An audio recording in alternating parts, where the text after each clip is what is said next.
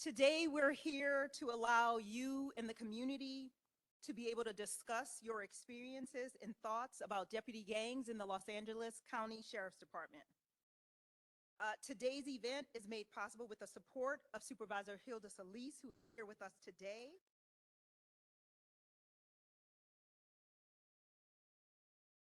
Supervisor Solis has been very instrumental over the years in keeping the focus on eradicating deputy gangs in the Sheriff's Department. Supervisor Solis, we thank you for being present today, and we thank you for your leadership on the motion to support the 27 recommendations of this commission, for your constant pressing on transparency and accountability with the Sheriff's Department. So before we get started today, we'll hear a few words from Supervisor Solis.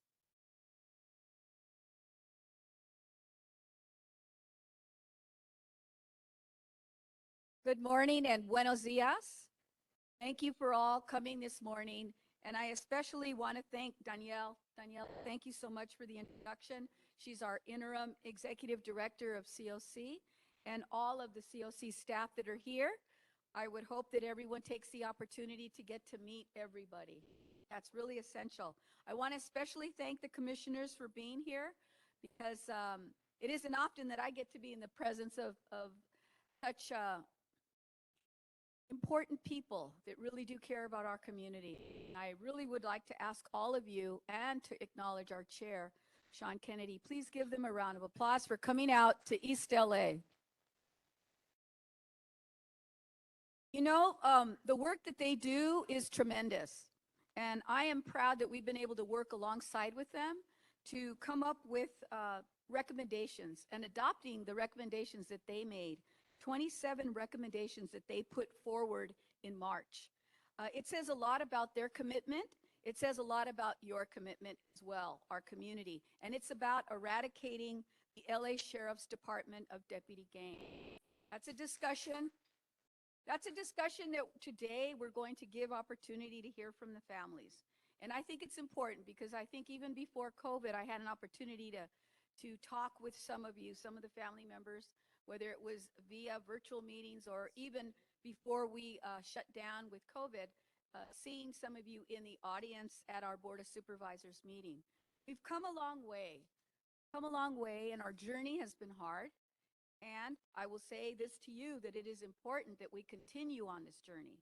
It is important that we hear from all of our stakeholders and that we really get to have those kinds of discussions at the level that really brings community together. That's really been my dream. You know, when I heard about the deputy gangs, that they have existed for over 50 years, I had to scratch my head. I was somewhat in disbelief, but then again, not really. I grew up not in East LA, but in the San Gabriel Valley. Our sheriff's unit out there was industry station. I'd heard a lot. I was growing up there and saw a lot of things happen. I go back to that, the memories that I have growing up as a youngster there, and seeing some things that were occurring there that I see occurring or were occurring here recently. I know that this happens and that there is some reality to all of this. And I really want to thank our commissioners and the community for helping to shine a light on all of this, because that's really what this is about. And hard work, yes, it's hard work. And it's going to take us a lot more work to educate our community, not just here in East LA, but around LA County. East LA is maybe one good start. I'm sure South LA will also be having hearings and meetings. This, I would encourage the other Board of Supervisors to do the same thing, including Antelope Valley, Lancaster. So all of this has to be spread out in terms of information and transparency. And I want to just continue to let you know that my office, and I want to thank my staff, Mr. Lim, my team Solis that are here, hands at least stand up. They have been working side by side with me on this journey as well. And I also want to thank, and I'm hopeful that Sheriff Luna, our new sheriff, who created just recently constitutional policing unit, we have one of those members who's going to lead that, Eileen Decker. She's here as well. She tells me that she's available to talk to people afterwards or to get her card. But I thank her. I didn't even know she was coming. So I want to thank who I've known for many years. We've worked on other issues. So I know that one of the things that we want to talk about is also one of the directives in the CLC recommendations was to make sure that we have full disclosure that the OIG, who is here with us today, Huntsman, also is able to access the database that the sheriff has and the documents that are there. For some reason, they were inappropriately removed before this new sheriff. So we have to work to make sure that we create that trust, that we create that fuente, as we say in Spanish, that bridge. We've got to create that bridge of cooperation and trust. So I'm hopeful that today we're going to start down that path. We've done a lot, but I also know that there's many families here today that we're going to hear. I especially want to thank the family of Paul Ria, family of David Ordaz Jr., the family of Anthony Vargas, and the family of Marco Vasquez. We're here to hear, we're here para oír stories. You're not forgotten.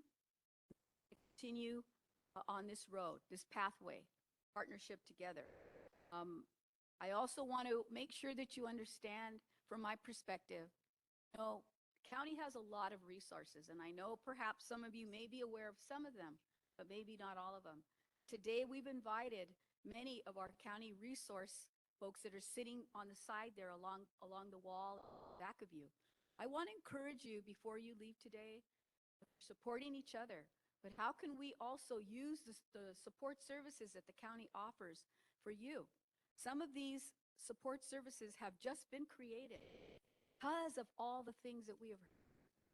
I do not want to see those funding efforts and support services go without being tapped. And what I mean by that is I want to make sure that you connect, the community connects. And maybe if you don't feel comfortable today, that you get their cards and you follow up and you talk to them. Because we have to have confianza. You know what confianza means? We have to have confidence and trust with each other. And the people that are in the back, I'd like them to please stand. Would they please stand, all the providers that are here? Because I want to make sure that you all will visit with them and talk to them. They're here because they gave up their Saturday to be here in East LA with you. I want to make sure that wherever we go and we have events like this, that they're able to participate and that you take advantage of them. They're here to help our community heal. Here to help our community heal. I want to also say to you that we have a lot more work to do. Family assistance, violence prevention. We're just starting down that road, but we've done a lot to try to already, through 4 motions that I put forward, to try to help provide a lifeline of support for families who have been victimized. So whatever it might be, those funds should be made available for grief counseling, for burial services, and for other connections to resources that the county could offer to you, families, or those individuals that are impacted. I sincerely mean that. I too come from a place where I know that oftentimes you don't know who to ask, you don't know who to trust, and it's hard to navigate that system. But if we work together como una familia, work together and strive for that, I think we could see a change and a difference. So I'm not going to say much more. I'll be here to listen, hear from you, to also encourage you to get to know this body that has been created because we know we have to have a better connection to hear the voices of our community. But they're not the only avenue. You have the support systems here. You have our offices here. You have many people that are advocating for you. So please understand that. I hope each of them will be able to tell you the part of work that they have been so uniquely engaged in. And I especially want to thank the chairman, John Kennedy, because he has done a tremendous job doing the research to actually document over 50 years of instance deputy gangs. So he's been a tremendous advocate, and we need to give him respect, and please give him a round of applause. So I will turn it back over to our moderator and let us begin. Y ojalá que vamos a seguir luchando. And as we say, sí se puede. Thank you. Thank you, Supervisor Solis. Before we continue, we're going to have a Spanish announcement. Good morning. I will be saying a few words to announce Spanish translation, and I will say that in Spanish. Muy buenos días. ¿Hay alguien que necesita interpretación al español? Esta reunión es inglés. Por favor, vayan en la mesa que está atrás. Tenemos el equipo de traducción. Gracias. Thank you.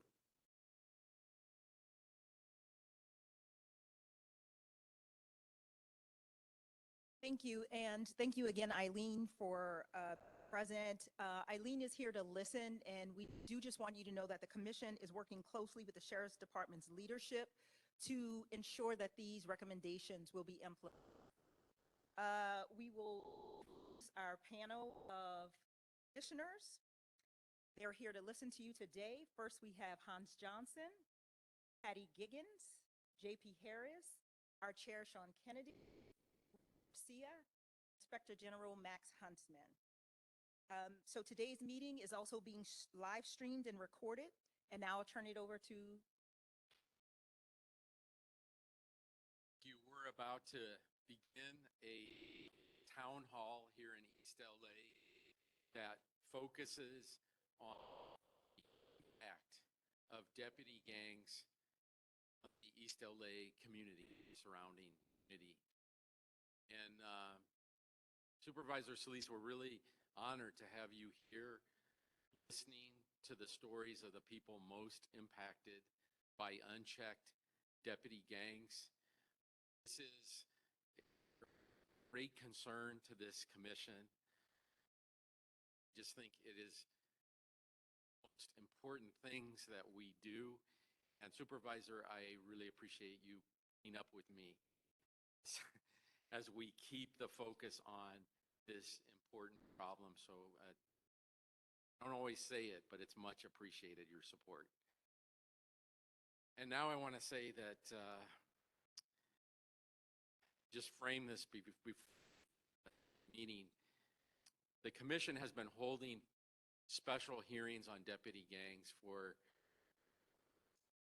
6 or 7 months now at Loyola Law School. And the evidence of deputy gangs in the department, in my opinion, is indisputable. And we have issued recommendations that the Board of Supervisors has unanimously asked Sheriff Luna to adopt. He's considering those. We don't have an answer yet, but I expect one soon. And that work was very important, but the work here today is our most important work. To hear from the people who have lost loved ones to fatal deputy shootings, or who have experienced unconstitutional policing and excessive use of force, which are the coin that the deputy gangs trade in, is so important. So families who have come here today to educate us about that, like we owe you a debt that we can never pay, because it just seems like it is to ask you to address this commission. But we have to ask you, we have to continue shining a light on this problem, keeping the pressure up for the sheriff to do something.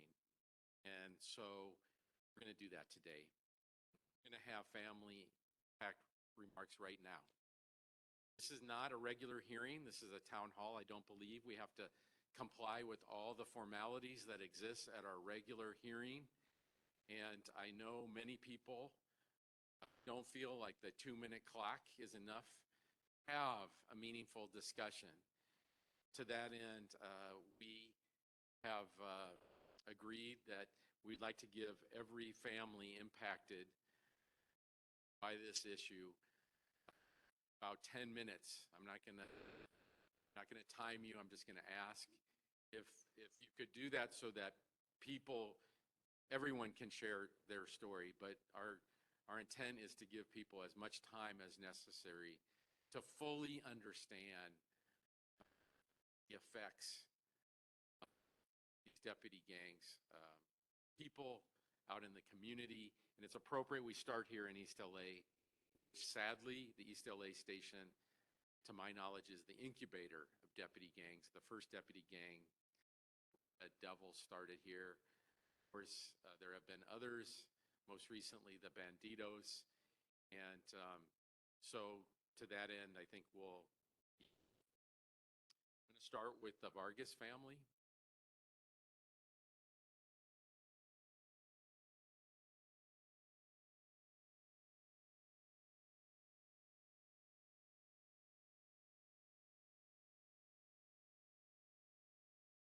Ms. Lisa, majority of the people that are here already know me and the board already. So, you know, this last week, we're going through our civil trial, and, you know, the problem that I'm having here is your guys' language. Not only words that have been spoken before us today, but words that are spoken in the system, such as de-escalation. We hear advocates. We have advocates for families. The truth of the matter is that nobody is an advocate but the families themselves, because nobody understands the pain. I've sat here in this trial and I've tried to be a strong person as a mom, sitting before the people that killed my sons, that executed my sons. And I have to compose myself, not only myself, for myself, and to not give anybody the power. They took my son, but they didn't take my mind, they didn't take my heart, and they're not going to take my life. So I'm composing myself. But in the process of all of this, what people don't understand in this community or these boards or Hilda Solis's office or anybody is that I have to be the strong one because I have my sisters behind me, and I have my mother behind me, and I have the community behind me. So I have to conduct myself a strong way. And that's something that nobody understands. That's something that every mother that's here can contest to. Every aunt, every grandmother can contest to. Now, I've been blessed because I come from a long line of strong mujeres. The women in my family are very powerful, and they're strong, and they put their emotions aside to make sure that what needs to be done needs to be done. Stephanie and Valerie rose up when I had to take a step back because I needed to take care of myself. Throughout this, I've had medical conditions happen to me. I've been depressed. It's affected my work. It's affected me as a mother because now I'm afraid of my children getting killed every time we walk out. I'm afraid of my nieces and my nephews. I'm afraid for my sisters when they walk out the door. The anxiety, the fear, all of these things. There's no service that you can give to us. I keep hearing about the deputy gangs, all these reports, and we're doing this and we're collecting this data. Once again, I'm going to tell this system, just like I say in the courtroom. Everybody has seen my son as a case. Not once has my son been humanized in any of this. He's a victim. He was the one that got murdered. And I hear so much support. I hear everybody talking about the support, but I don't see it. I hear the, are you okay? I hear, is there anything you need? Now in the court system, we just recently heard the word de-escalation. Many people in this community work with organizations. The wording needs to be changed. De-escalation is not pulling out a baton or pepper spray or shooting a person with a beanbag. De-escalation is making the situation less escalated, speaking, trying to get to the person. I'm having a hard time de-escalating myself because there's no resource out there. There's no definition for people like us. Impacted families are separate from you guys, and that's what you need to understand. Your wording needs to change. People need to stop victimizing the families. the re-victimization of asking certain questions or demanding things from us. We can give information, but the information, nothing's getting done with it. We have to wait years to see it. And it's a broken system, I understand. But today, this family comes up here, and we're strong. Yesterday was such a hard day, but we were able to get up. Does anybody ask these families about how their life has really changed? Because we got to continue. When Anthony, my son, is no longer here, we got to work. We got to be mothers. We got to be everything to our children. I'm in the community. I'm working through this. I go to court, I come home, and I'm right on the clock. Not because I have to, but because I refuse to give this broken system the power, these corrupt cops to get the power over me to say not only did they take my son, but they broke my mind and they broke my heart. Every mother that's here, I honor them. I bow down to them. Every family member. Because to everybody out here, our loved ones are cases. Our loved ones are a topic. But no, here we stand with the rest of the impacted families out there, and the ones that ain't here, and the ones that we don't know because they're fearful behind the intimidation. And we're saying our children are more than numbers, more than cases, more than data that needs to be collected. These children deserve to be honored.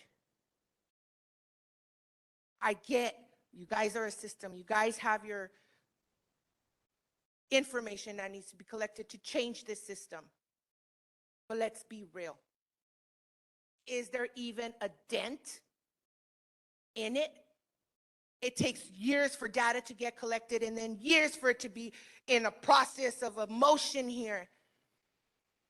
A majority of us have been intimidated in some way in our lives by these sheriffs, by law enforcement, and they're still out there.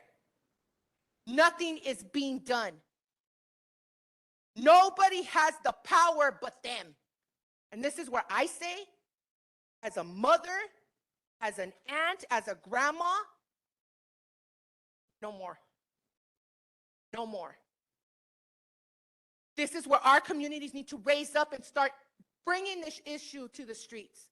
Because everybody's so afraid of these sheriffs, and guess what? To me, they're punks. They have little man syndrome.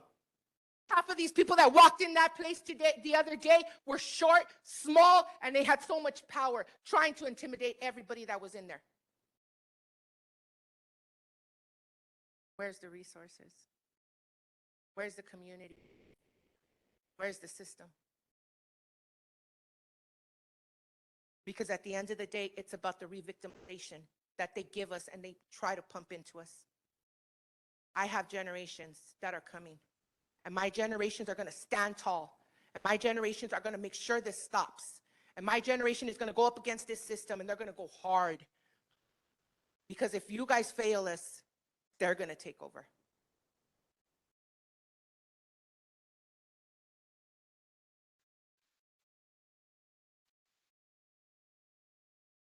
It's going to be very brief.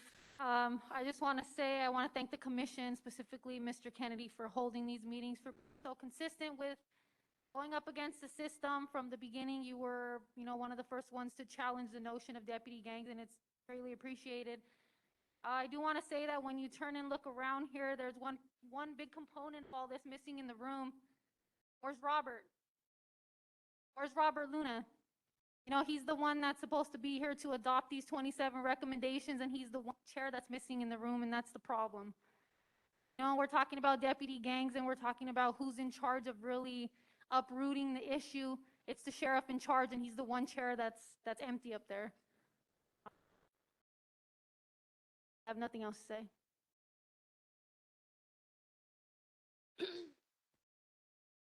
I'll be really quick too. I just wanted to ask Ms. Solis, you know, you're here for 30 minutes, but what are you really going to retain in 30 minutes from all the impacted families here? One thing that I wanted to bring up also, since we're on the subject of deputy gangs, is what's going on with the family harassment motion, because we're in civil trial right now. We are having deputies from the East LA station walk the same hallways as us, as we're in my nephew's federal civil case. These are the same deputies that we've been coming to you and complaining about for the past 4 years, and we passed a family motion of harassment report, but where's it going? Where's it going? We're on the opposite side from the deputies who we complained about. There's no resources for us because we're not even considered victims.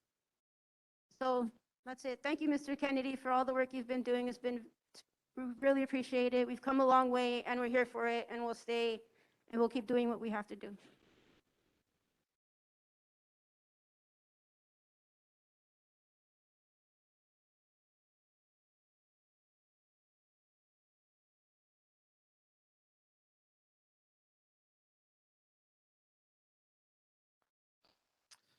I really appreciate that. Next, we're going to hear from Vasquez's live, or if it's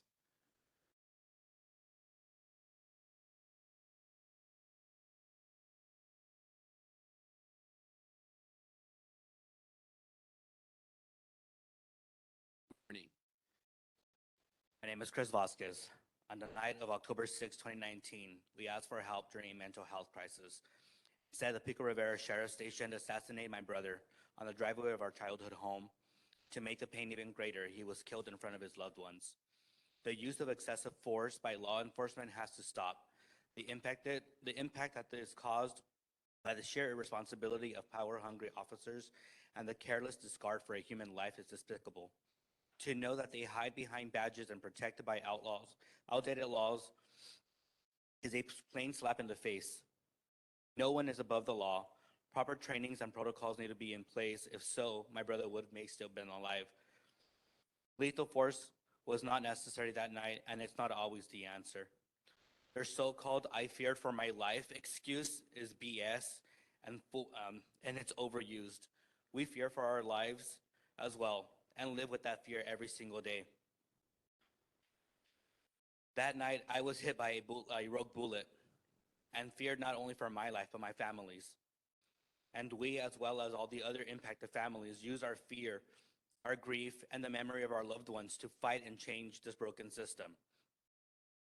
Every day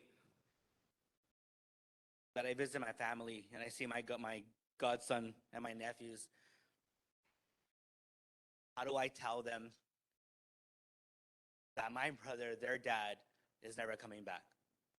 The other day, celebrating my sister-in-law's birthday, my youngest nephew said, "That's not my dad. My dad's dead."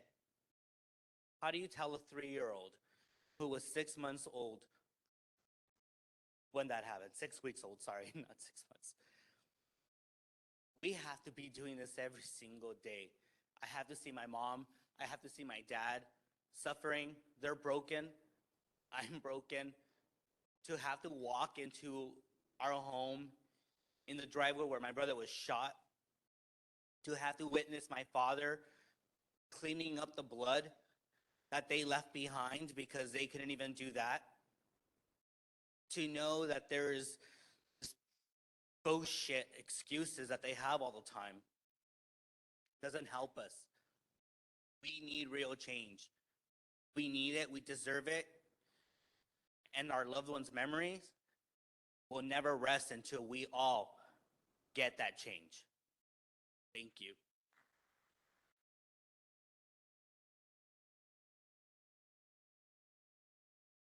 Good morning, and it's the space. My son, Marco Antonio Vasquez Jr., my firstborn son, and he was also my friend.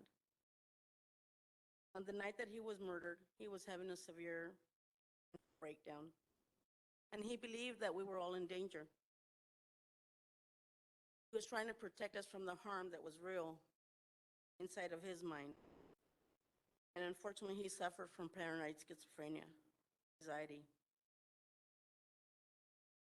The sheriffs came and they tried to persuade him to trust them for help. Couldn't trust anyone during that psychosis. They left after an hour and a half, and I begged them not to leave. The sergeant said he was not a danger to himself or to us. 20 minutes later, we had to call the PET team. Unfortunately, they were closed, and they told us that we had to call the sheriffs. And now I stand here before you because this call changed our lives for the rest of our lives and until we take our last breath. We witnessed Marco's horrific murder. He was shot 13 times. 4 impacted his back as they were shooting him while he was falling down. And the last shot while he was standing was to his head. Conveniently, no one had body cams. There was no dash cams. And it's their word against us. All 3 cops were transported to the police station in the same vehicle with the sergeant. And we were held in the station for over 10 hours, not allowed us to leave, and questioned us, chaperoned us, even to the restroom. We couldn't even breathe and listen to everything we said. At times we see them in the end of our cul-de-sac, parked across the street from my daughter-in-law's residence, following some of them inside the stores, in the freeways, mocking and laughing. When we try to prepare for marching in protest of what they did to him, they come to our house at nighttime. The second time they came during the day to reassure us that they are there for us, to help us, to call them if we need any help and they want to get all the details of where we're going and how we're walking and what streets we're walking on. But when we asked for help, instead of helping us, they murdered him. So why should we trust them? And now we're here fighting for justice. And as long as cops are taught to claim we feared for our life, they will use this excuse to justify the wrong. As long as they are protected by immunity, not held responsible, continue to pay wages after suspension, etc., they will always continue to murder our loved ones. Let's not forget he was terrified that his family was in danger. And in his mind, he couldn't comprehend that everything was really okay. They came with the intent to kill, based on what was released on the 911 calls. They changed the whole story to fit their narrative and twisted around everything we said. Talking to them was our biggest mistake. We are left to grieve a lifetime, afraid of cops and untrusting of the system. A widow being mom and dad.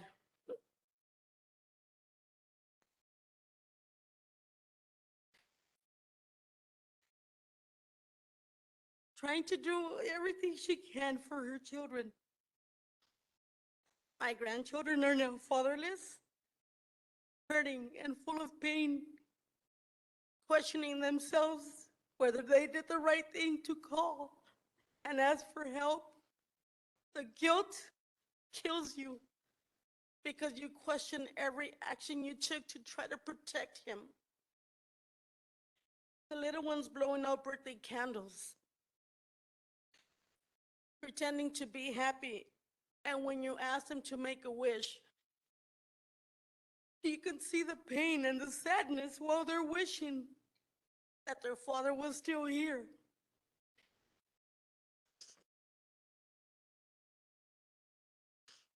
We all grasp onto any memory to keep him alive. So much unexplainable pain. Your heart feels like it's ripping, like it's tearing, like it's bruised. Like you can't even hold it because it's gonna fall and disintegrate all together in one. He was a beautiful, caring soul. He was lovable. He was funny. He was a hardworking man, a friend, a husband, a father, a brother, a son. Not perfect, but he was worth everything to us, and he deserved help, not bullets to take his life. I do believe gangs exist within the sheriff's department, and not just in East LA. I believe gangs are all over the world. The difference is the gangs that are inside, behind walls with a badge, are protected by immunity. But little by little, the darkness within the departments is coming to light and is becoming evident. Corruption within the department, cops coming forward about the existence, the cliques, the gangs, the tattoos, committing perjury, abuse of color of law, pleading the Fifth Amendment should say something. Why should a cop plead the Fifth Amendment? Why? Why should they even have the fucking right to plead the Fifth Amendment? Why? Even a blind man can see what others are refusing to see. They need to prosecute, accept, and dismantle this enemy of our community. I ask, how many more meetings will we have to attend from the COC and others? How many meetings before something is really done? I mean, I'm tired of coming to the meetings and seeing that all we're doing is talking and yabbing and yabbing and yabbing. How much data is going to be collected before they're really taken to court, and until someone really eradicates and dismantles everything that these men and women have done to our families. But I do want to thank each and every one of you who believe and stand by our side and fight for what you're seeing is really true. We're not making it up like Villanueva said. We're not getting paid, standing in the corners, fighting and protesting. No one is paying us. You can't fake this shit. You can't fake what they've done to us. Yesterday, all I did was cry, because when the depression takes over, you can't stop the tears. You can't ever stop the pain. You guys are all parents, I'm sure. I pray none of you guys ever go through this. And if you want to imagine what it's like to lose a child, look at us and hear all our stories. Go home, sleep on it, and think about every single one of us, and ask yourselves if you'd like to be standing in my place here today. Thank you.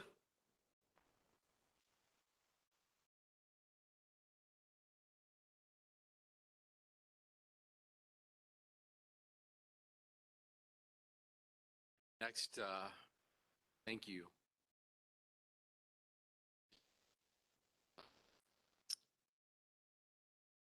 Need to hear. So thank you. Next, we'll hear from Doss family. Is here.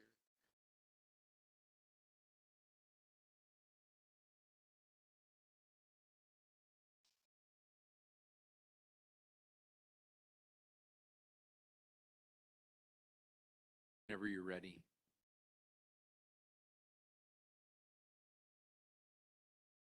My name is Emily Alyssa Ordaz. My father was David Ordaz Jr.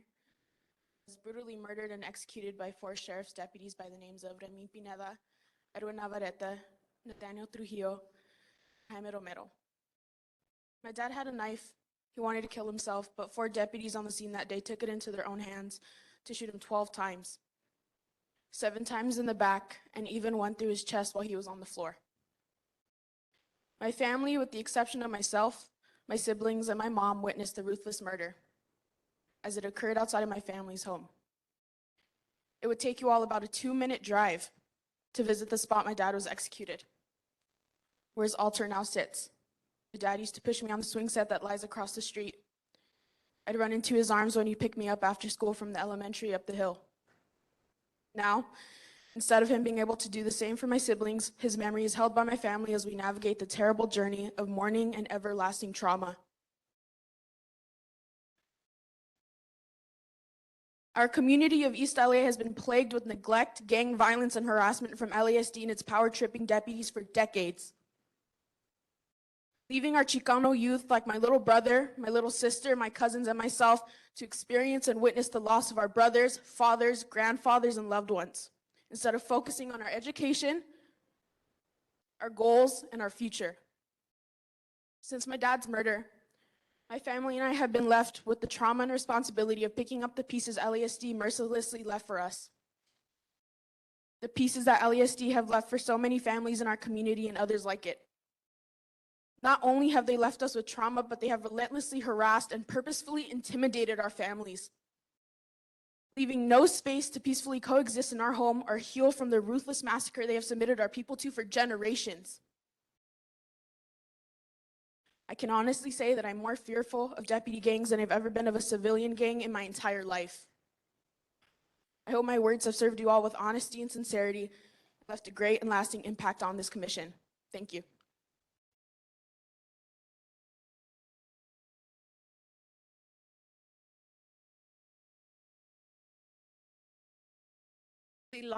As a lifelong resident in East LA and someone who has worked since 14 years old in our local church and elementary school, I have been able to gain the trust of my community. Law-abiding members of my neighborhood are afraid to report crime to the station. Neighbors are afraid they will be jeopardizing their immigration status. A mother from my school had her home searched while she was caring for her elder mother, and she wasn't able to stay with her as she was showering. She had to go out with her children, figure out where all her children were inside her home and take them outside. Something that just within itself is terrible enough. But unfortunately, LASD terrified them before realizing they had the wrong address. No sorries, no excuses. After she had been telling them for many times that why were they there? Why were they being searched? Even businesses who go out of their way to cater to deputies report that LASD is slow and unhelpful when they report an incident. Just before getting here, we were driving by on First Street, and there were some teens being harassed by some sheriffs. As we turned around, we see other ones right there with a transient. And being a transient is not a crime. It enrages me to remember and describe the day my brother was murdered by your deputies. The team that answered my call for help did everything wrong in a call that should have been supported for a mental health crisis. From not sending a mental health evaluation team, to failing to de-escalate the situation, to using lethal force on a person in distress who was not a threat to officers. When my sister-in-law asked for answers after they executed my brother right in front of our family home, deputy screamed at her, "You called us," which I think is very disrespectful. Another deputy did not allow us to visit our brother at the hospital. I kept on begging him to let us go out and see him at the hospital. On the phone, I had the doctor that was working on my brother because we needed a confirmation that he was definitely dead, although we had seen how they had executed him in front of us.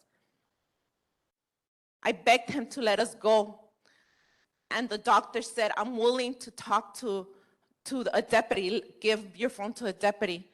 When I had my phone on speaker, she said, "I need to speak to them because their loved one has already died and I need to tell them." And he said, "There's no need because they just heard you."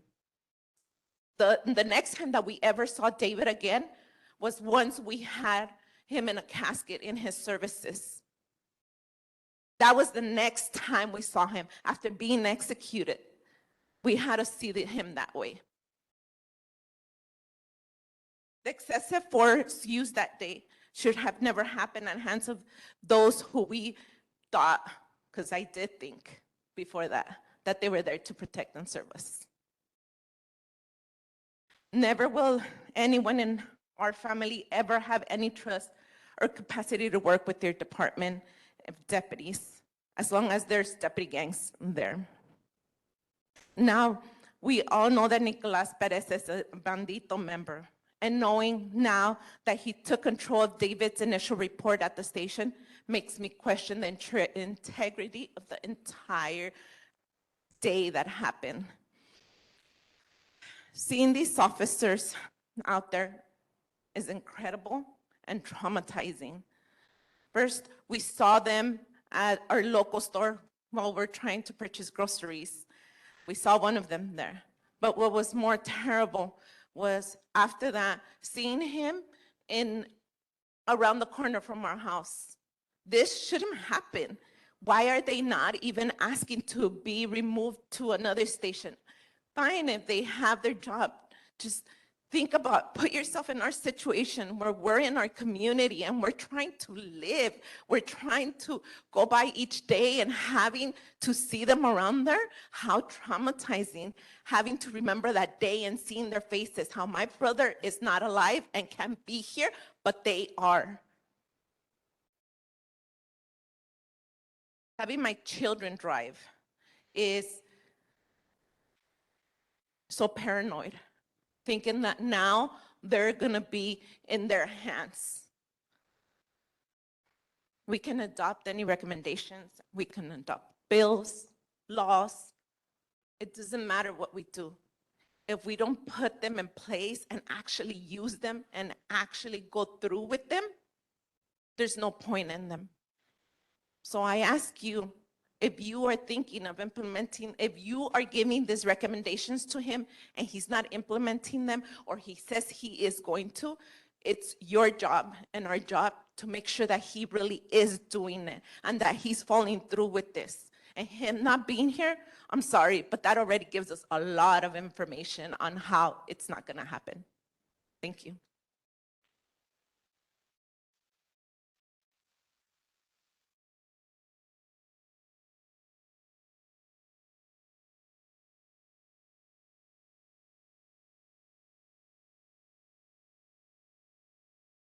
Thank you. Next, from Hilda Pedrosa.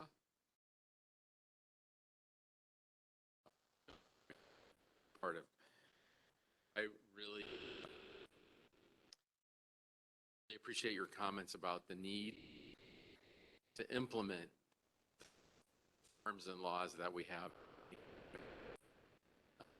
Listening. Nessa Perez.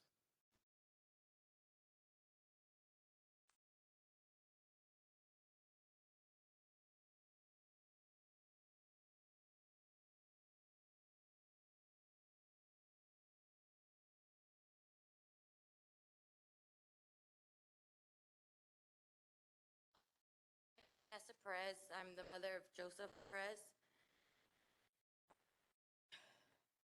Beat by the sheriffs, and I think it's important that I talk to Hilda Solis face to face, like here, because I've already shared the story with you guys, and you guys have all listened already. But I think it's important that Hilda Solis listens. I'm sharing on behalf of Joseph Andrew Perez, who your Los Angeles County Sheriff excessive force and covered it up. Joseph was resuscitated, meaning he was brought back to life on July 27, 2020, and the victim of jail violence for 2 years after. The early morning of July 27, 2020, your sheriffs punched and struck Joseph Perez 121 times. Deputy Sean Merrick, the so-called initial deputy that punched my son, then slammed him to the floor. Deputy Sebastian Pombal said I punched the suspect on his face approximately 10 times and then continued to punch his face with both my fists approximately 10 more times. A total of 20 punches from Sebastian Pombal. Deputy Abraham Rivera said he punched Joseph 3 to 5 times to his face and felt exhausted and had trouble breathing, but managed to punched 8 to 10 more times to Joseph's upper torso and head area. Then Deputy Rivera said, my punches to his upper body area were not having the desired effect, and I believe I needed to switch my use of force. Deputy Rivera continues to do 10 more head strikes, a total of 26 more punches from Abraham Rivera. Deputy Vincent Rodriguez said, I punched his face and upper torso area approximately 10 times, then struck approximately 7 more times to Joseph's face with the sides of both my fists, or the sides of my fist. Punched Joseph's torso 5 times with both fists and then became dizzy and exhausted. A total of 22 punches from Vincent Rodriguez.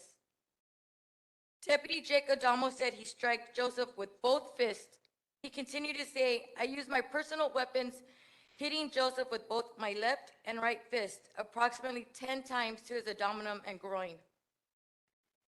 Then began striking his face and his head approximately 10 more times. Total of 20 punches, or 40, from Jake Adamo. And then there's Deputy Paul Sedano, who is currently a school resource officer at Nogales High School. Paul Sedano was the last deputy that claims to hit my son 14 times to his head and upper torso. Paul Sedano deemed his punches took effect because Joseph stopped fighting back. And I'm sure that's another lie because I know my son stopped moving a long time before that. Hey, I don't know if everybody is keeping up, but according to each of these police reports, and these are the direct words from your Los Angeles County sheriffs, my son was approximately punched 121 times. My son weighed 110 pounds at the time. I've seen grown men get knocked out with one punch on the streets. 121 times is absolutely ridiculous. It's beyond words. And these are from trained officers, professionally trained officers, that it took 121 times to apprehend my son. That's ridiculous.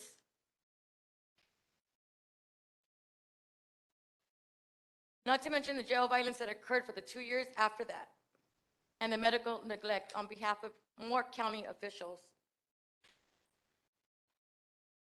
Okay. Then I want to say, I heard your recommendations, Ms. Hilda Solis, and I heard words like rotate and transfer. They need to be removed and terminated, is what I wish I would hear from your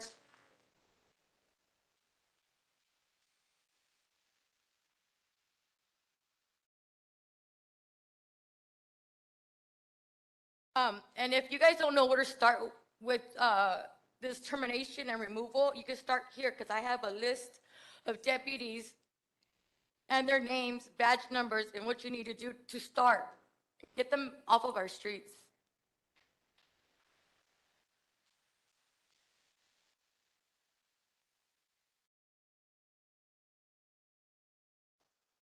Thank you. I don't have any other family impact remarks. Jennifer, can I just ask if there are any others?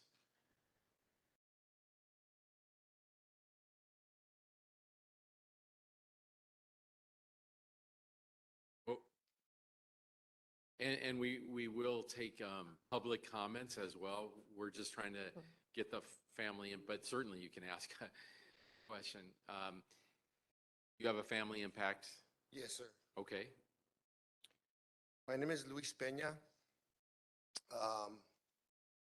Born and raised in Bow Heights and currently live in City Terrace. My brother was Ivan Peña. He was murdered a few weeks after Anthony here in City Terrace.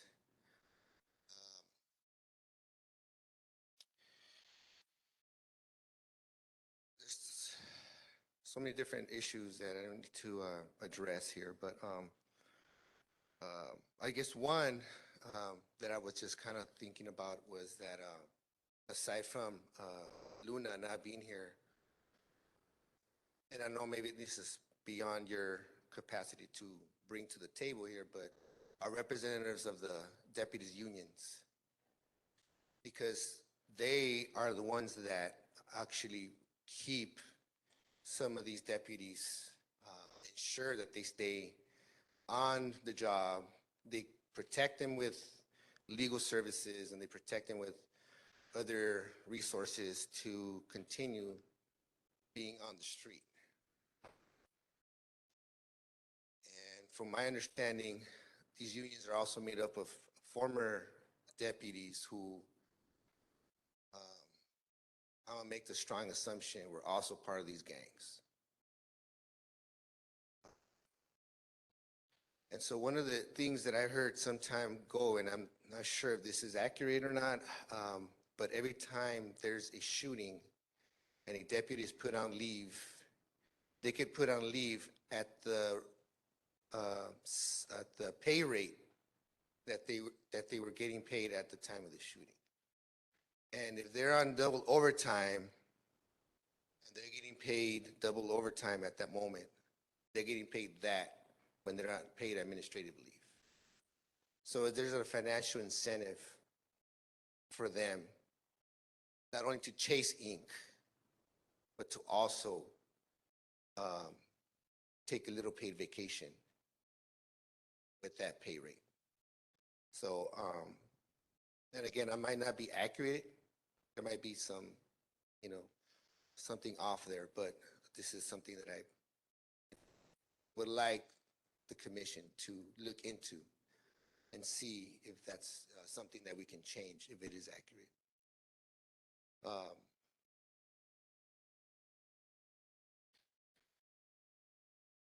It's very symbolic that we're here in this place here.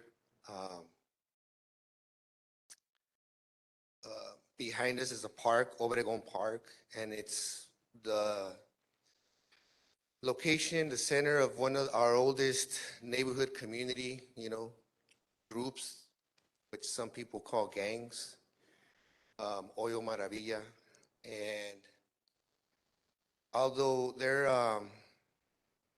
one of the oldest, many of our older community groups, today called gangs, came into existence during that time as protective groups of the community at a time when the sailors and Marines were invading our communities during the Zutu times to find our young men, strip them of their clothing, and rape our young women, rape our grandmas, and beat our grandfathers.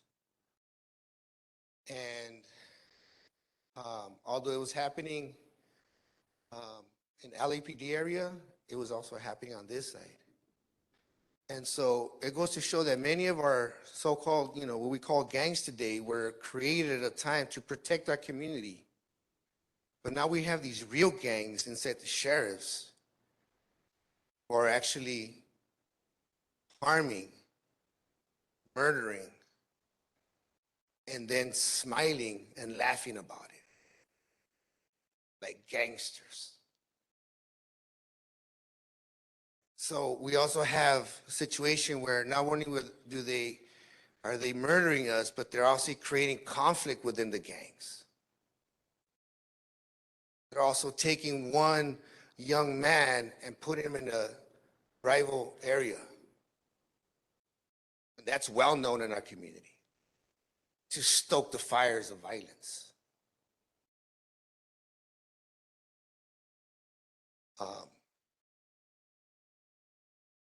We have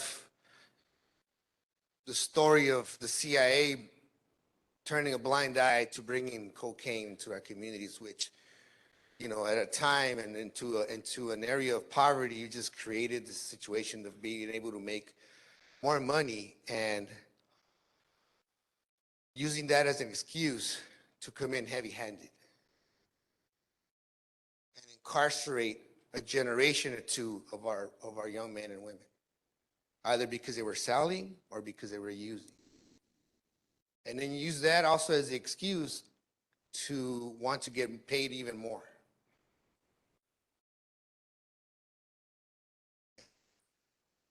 So it's a systemic thing that,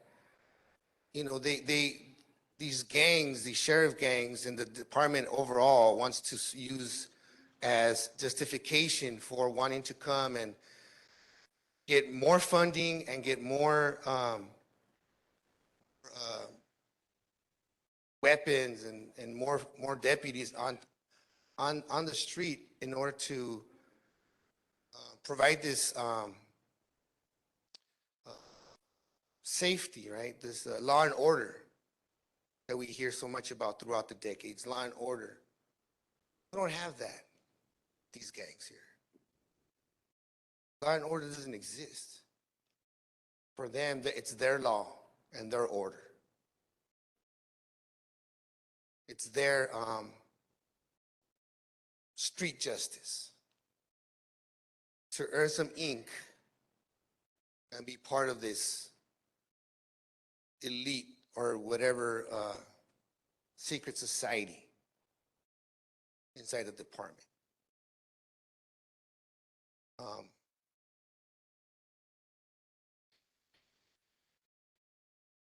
It's difficult emotionally being up here.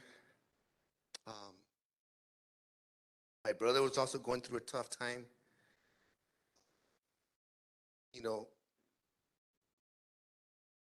Socially, cross country, I mean, financially, it's been very hard on our community, especially on young women, young men and women who, on our brothers and sisters who are carrying records, incarceration records, and having a hard time finding employment, having a hard time finding resources. And so sometimes we, the stress just gets to us and we just call it, we flip out, or we just, we get to a situation where it's better for us not to be here, but that's not the excuse for the sheriffs to come in and take our life. And then using that again as a means to chase some ink. Maybe, I don't know what the internal dynamics are within these deputy gangs, but I'm sure that they get some kind of internal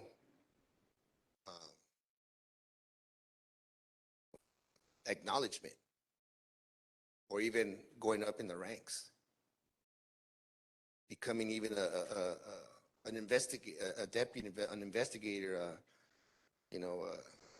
get promoted even.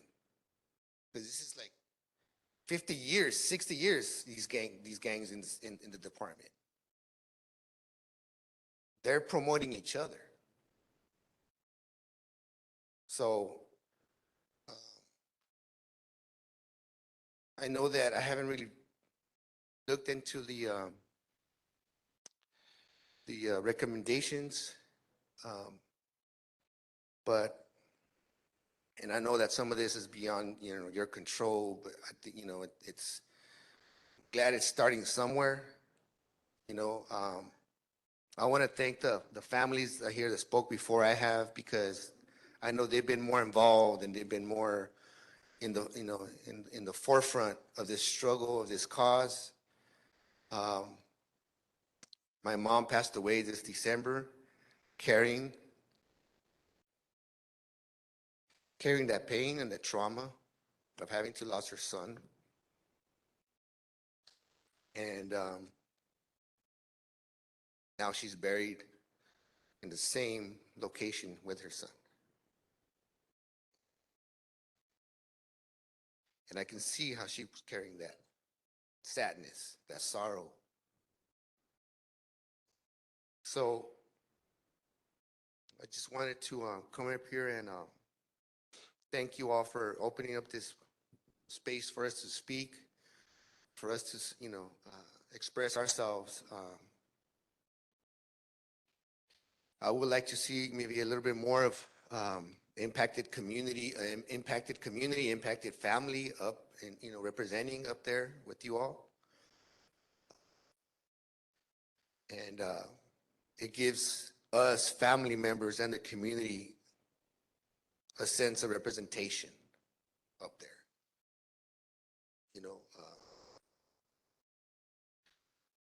So with that, I just want to thank, Hilda Solis for being here and being able to listen. But I definitely think that, these deputy associations, I mean, they haven't been targeted. They haven't been brought up to the forefront of this issue. They're like hiding in the background, and they're actually the ones in the center protecting these deputies. They need to be in here in the discussion. So with that, thank you all for having this space, having this opportunity to express ourselves and get something done real impactful. Thank you. Thank you.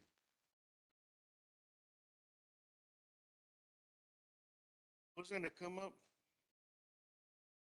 Up as a family member, but my brother Luis Peña, who just spoke, grew up together.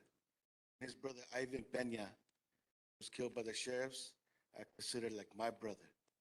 I loved him. I love both of them like my brother. So I come up here as a family member because I loved them like my family. And I can't even say that was my first brother that was killed by the sheriffs in East LA. Because my first brother that was killed by the sheriffs in East LA was in 1996. Sebastian Ramirez, who was running away and shot 18 times in the back of his back and the back of his head at 19 years old, who was an only child to his family. Growing up in this community, I've lost two. What are the chances of that? Two to law enforcement. So I'm coming up as a family member right now to speak. But beyond that, I grew up in this neighborhood, to tell you the truth, and my whole life. And yeah, there was a moment I was involved in gangs, but to tell you the truth, the first time I came home beaten, bloody, got jumped. My mom saw the horror in my face, stuck, full of blood. She goes, "Who did this to you?" The sheriffs. Call. Was young, walking down the street with a partner. Pulled us to the car, cuffed us, beat us down, asked us why we killed an individual that we didn't know who they were talking about. I was about 14 years old at that time. Drove me to see the dead body that I was being accused of killing. Took me in the car to the station to book me when they received the call that they actually caught the actual shooters. Opened the back door of the car. With my other brother that was in a concussion. We didn't find out he was in a concussion till later when we had to take him to the hospital, but just uncuffed us and said, "Now you could walk." That wasn't the first or the last time I would have an experience like that in East LA. So since 1995, I have been a peace advocate and a peace worker in East Los Angeles, volunteering. It wasn't until 2009, because the service wasn't here in the county, that someone saw my advocacy and allowed me to become that in the city of LA, serving Boyle Heights, Lincoln Heights, and El Sereno. But in 2018, I was given the blessing and the honor by Hilda Solis to bring these same services into East Los Angeles. I was able to come home where I grew up to provide these services that I was doing in the city as a peace builder. And in crisis response, we respond to all community violence, whether it's gang violence, whether it's domestic violence, whether it's law enforcement violence. In my first year landing as a service provider in 2018, across the Vargas family, whose son was killed by the sheriffs. A few weeks later, a shooting in Salazar Park at 4 p.m. broad daylight. over 40 rounds where children were playing in the playground. And they said there was an armed man that went down, but there was also a young unarmed man that went down. And in a few weeks after that shooting, within a matter of 2 months, here there's a shooting in Terrace Hills. My brother lived there. I called him, hey brother, you know the brother that they're talking about?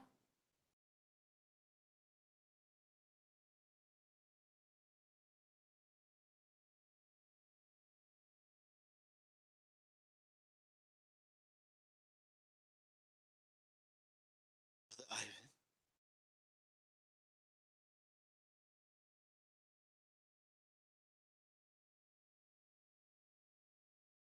Respond to the Ordaz family. Was calling him a mental health call. Gets killed. Then a few months later after that, Jorge Serrano, the community said the man was already shot. Went half a block, went down on his knees, put his hand behind his back, ready to surrender. Gets shot in the back of the head. They couldn't, the gun that supposedly was being used to shoot at them, they couldn't find for several hours later, half a block from where his body dropped. Jorge Serrano was killed by the same officers who killed Anthony Vargas. After that, speed and run chase.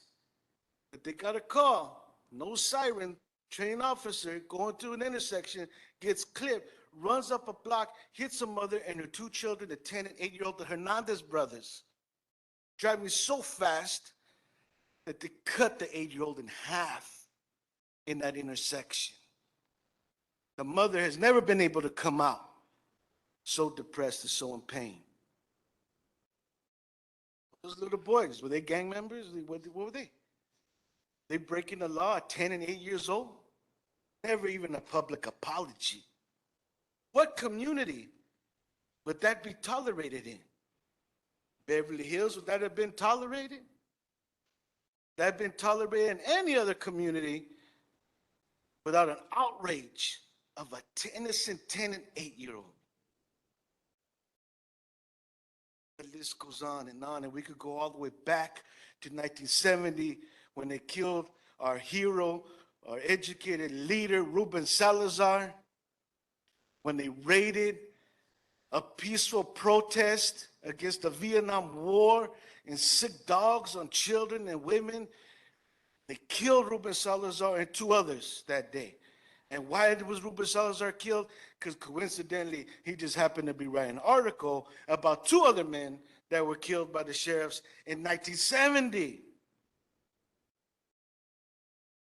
And then their logo, almost one of the lone Apaches of East LA that came out to challenge Fort Apache. So supposedly they have removed the Fort Apache part, but all my bros in the military have told me whenever they go to war and whenever you take over a territory, there's an insignia the military puts up to signify that battle that they see as victorious. Something that has nothing to do with the department and nothing that has to do with the sheriffs, just coincidentally had to be instituted in 3rd Street Sheriff Department after the East LA riots with a boot and a riot helmet over it with the words, basically a boot to your ass in Spanish, and low profile. Why does a law enforcement agency that's supposed to be a public servant, how can they advocate the right to have a low profile? So supposedly the Fort Apache part has been removed, but all that other still exists. So what kind of real reform is going on in the mentality of these individuals that could clearly be seen as assimilating into gang culture rather than being law enforcement? And it's still there to this day. And the officers on their cars and their vehicles, on their jackets, are still allowed to rock Fort Apache in its full insignia. Anybody knows the history of Fort Apache, that was not a beautiful place for the Apache people. And this is not Arizona, New Mexico. And this is not the 1800s. And this is not the Apache Wars on the U.S. So what does it got to do with Islos? What are you really saying by rocking that?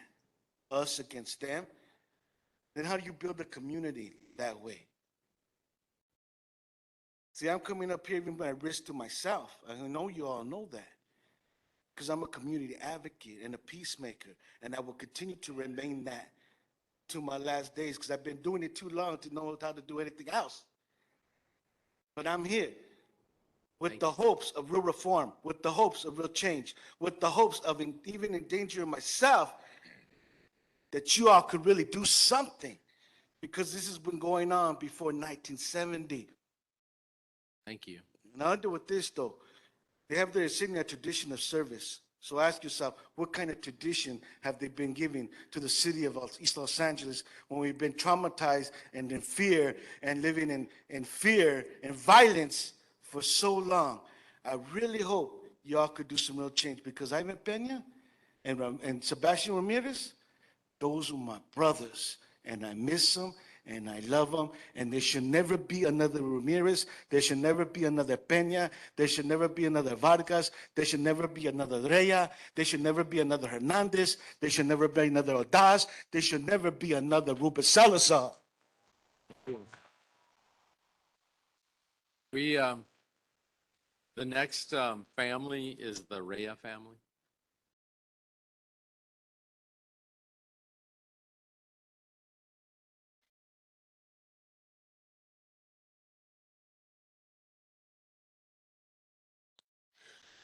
Take your time.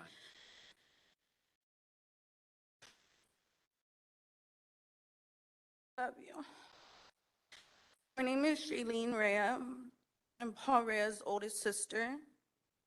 My brother was killed on June 27, 2019 in a traffic stop.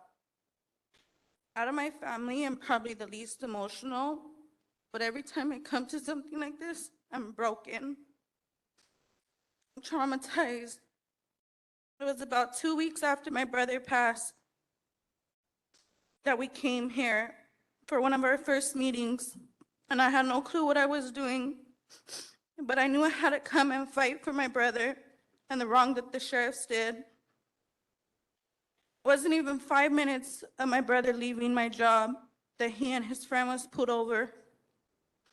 I wish I can share much of what happened, but we only know what the deputies claim because they didn't have no body or dash cams.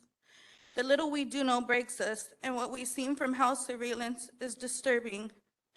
The first action that Deputy Saavedra, a known Bandito gang member, did was jump on his cell phone, and within minutes, other Bandito prospects showed up. We went to the station looking for my brother, and there was no answers, just laughs in my mom's face. I went to the USC hospital to go look for him, and all they did was make me wait around and keep identifying every part of his body that I possibly could. By the time they took us in a room and a doctor came in and said that he didn't make it, I asked to see him one last time. Supposedly, his body was already at the corners. The sheriffs claimed there was a scuffle, but DA Lacey said there was no sign of a scuffle from the surveillance of the house. So why did you kill my 18-year-old brother in such a horrific way? Was he a sacrifice? Was he the stripes he needed to earn in the gang? I'm not sure what to say anymore, how to feel, how to think, or how to address these topics, because we've been talking about it for so long. It's already going to be 4 years that my brother's life was taken from him. It's emotionally, physically, mentally draining. But for as long as I'm alive, you guys will see my face, fighting for my brother in any possible way. About 2 years ago, we were getting tacos, not even 5 minutes away from where my brother was killed.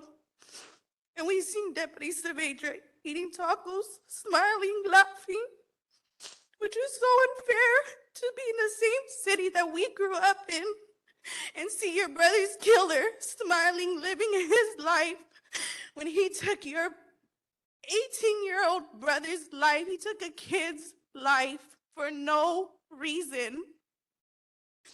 I believe my brother was a sacrifice. I believe he wanted that ink on his body. I feel like that was the only reason why he killed him. And I don't know, it's just been so many years already. We're just here seeing the same thing over and over. And I get this part of the fight, but it's draining. It's completely draining. Just lost my grandma a couple weeks ago. And after Paul passed, that's when her health declined. Because that was her baby. That was her first grandchild that was taken from her. And I won't forget seeing her take her last breath.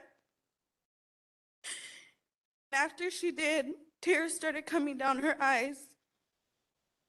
And I believe it's because she's seen my brother. I believe it's because she's with him. And like I've said before, my brother made it to heaven. Saavedra, be in hell. Thank you. Thank you.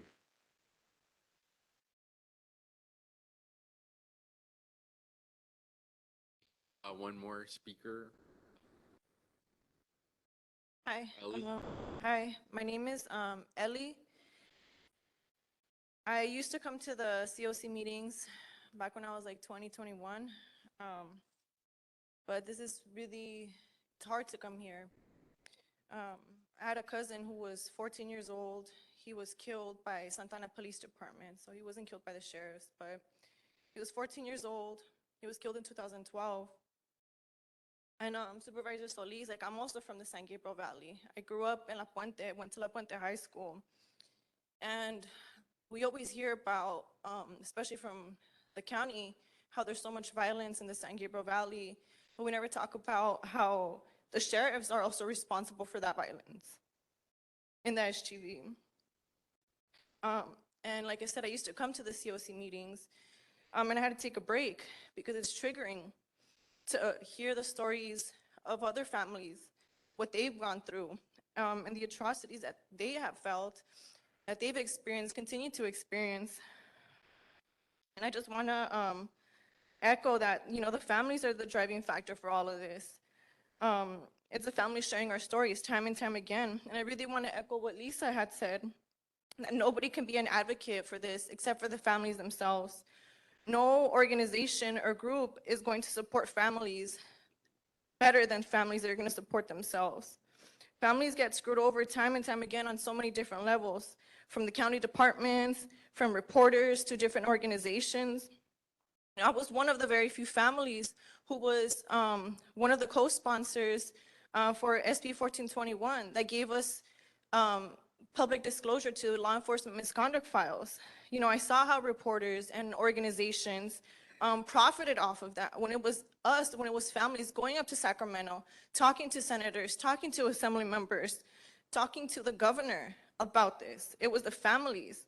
Yet, it was the organizations and reporters who profited off of that. They got access to these misconduct files. We saw how different law enforcement agencies destroyed records. We're trying to destroy records. I know families who had to pay $3,000 to get a Public Records Act request for the, to get files on the officers that killed their loved ones. And all this progress that we've had so far is not because of these different entities, it's because of the families. All the families that have spoken here today, all the families that have been speaking for years, it's because of the families. It's not because of these systems or because it's seeing as we're going in a more progressive area, it's because of the families. And it's because the families continue to stand up time and time again to share their stories. And I want to leave y'all with this question. Why are deputy gangs barely being addressed in 2023 when it's been documented for years now? It's been known in the streets that deputy gangs exist, and it's known within the county. You know, and this is just indicative that it's not just an issue with the sheriffs with LASD, but it's indicative of the plague that is law enforcement in its entirety.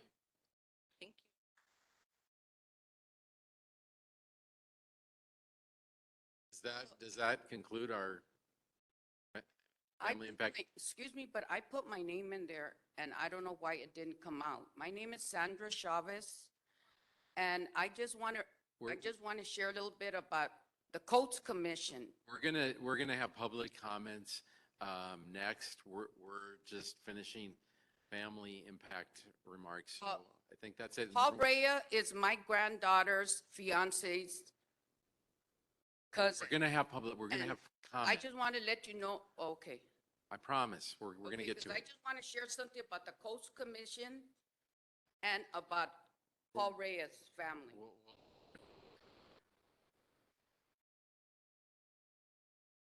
I think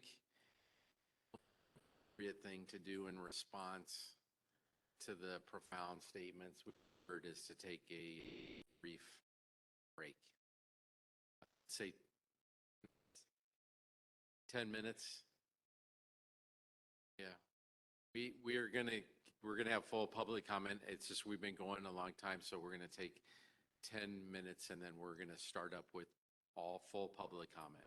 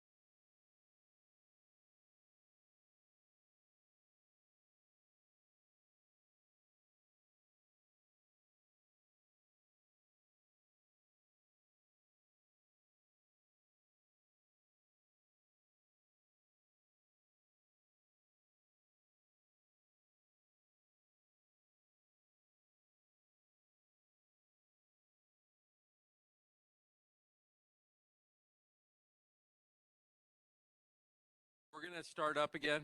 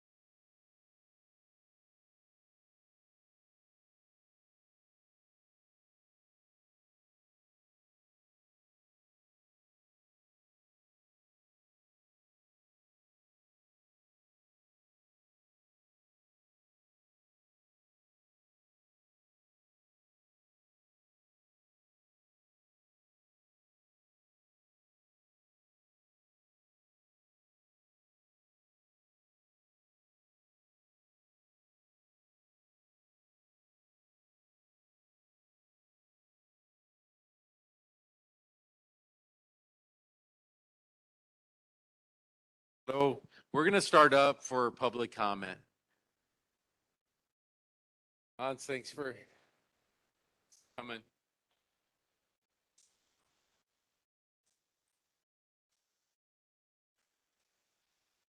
Yeah, thanks. That's just heartbreaking. Those execution decisions.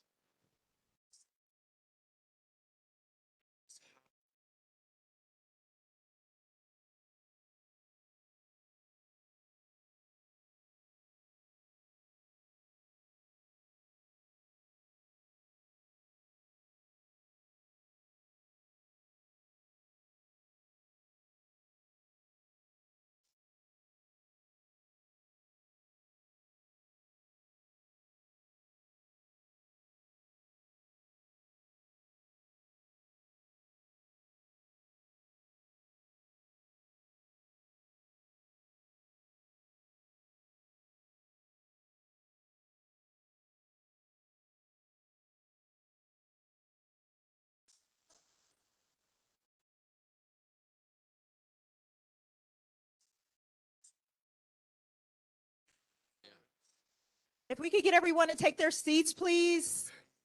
We do not have the room for that much longer, and we would like to hear from everyone who put in for public comment. So if we can get everyone to please take your seats so that we could be respectful of everyone else who would like to make a comment.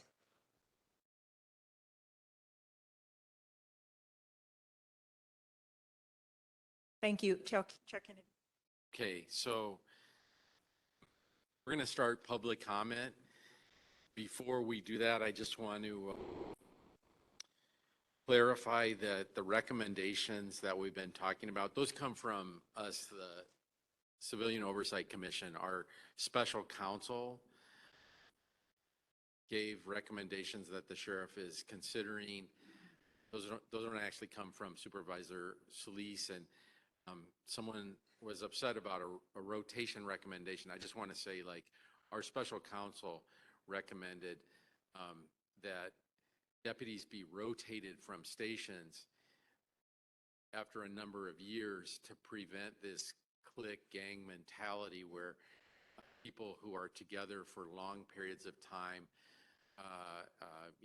start to formulate these groups. And as a strategy to break down those groups, they recommended a rotation. That said, public comment about getting rid of deputies who are gang involved and hurting people is well taken. We're going to, yeah. We're going to have public comment now. This is our first town hall, and experience is always the best teacher. You live and learn.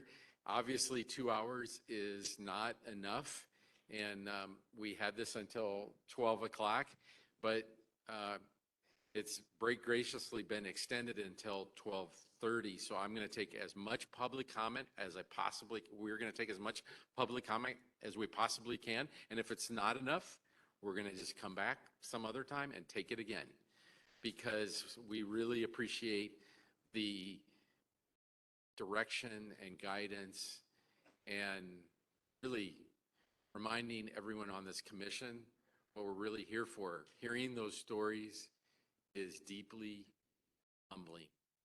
So if people could try to keep it at 2 minutes, I'm not going to be an enforcer. It's much appreciated.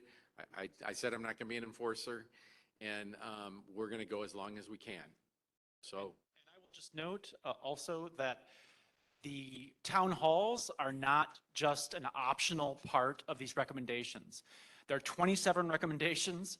The town hall commitment is number 14, right at the heart of all 27 recommendations. So the town halls will continue.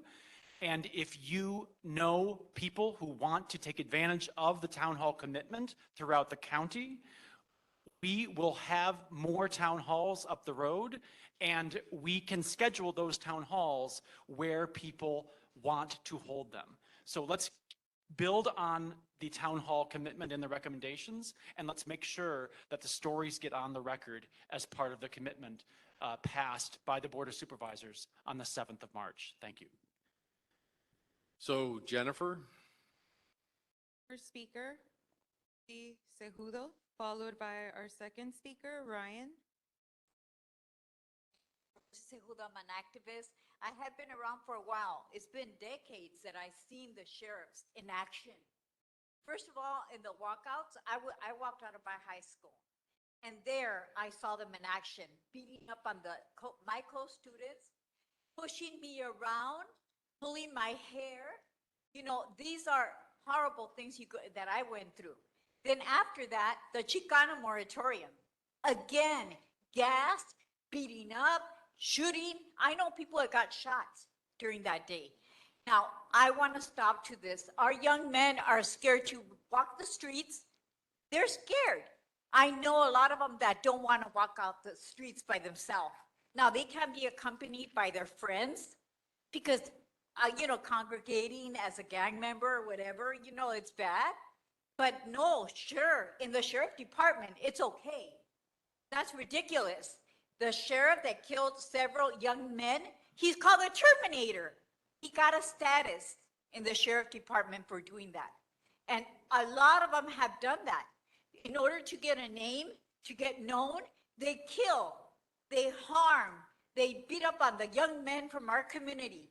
And they have incarcerated hundreds and thousands of them since they were juveniles.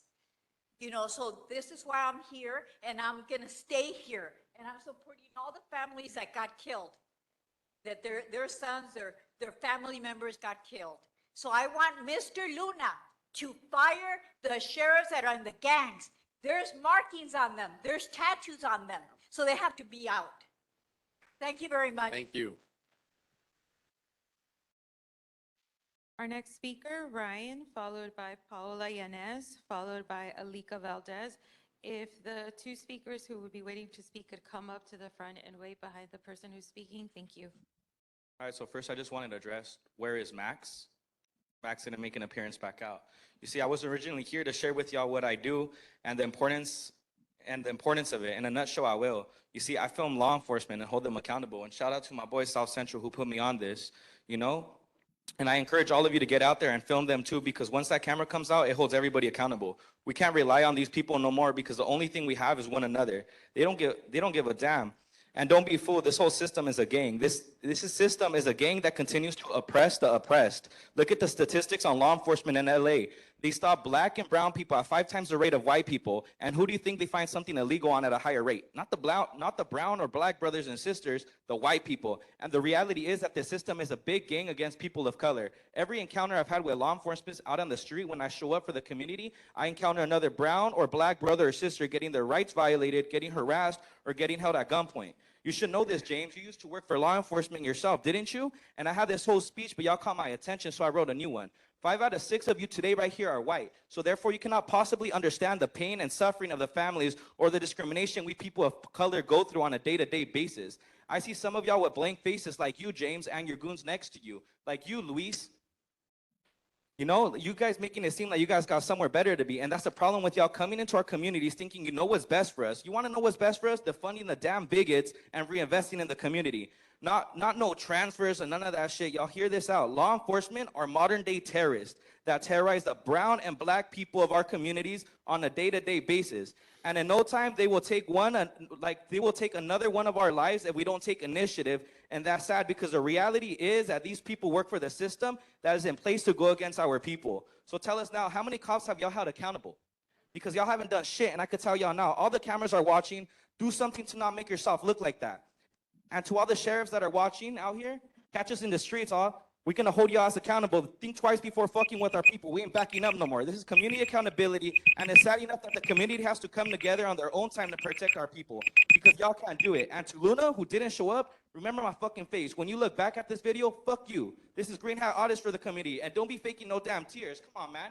Don't be faking no damn tears, Sean, because you don't have it in you to ever be able to truly understand what we go through. You're privileged. Each and every one of you sitting up there are privileged.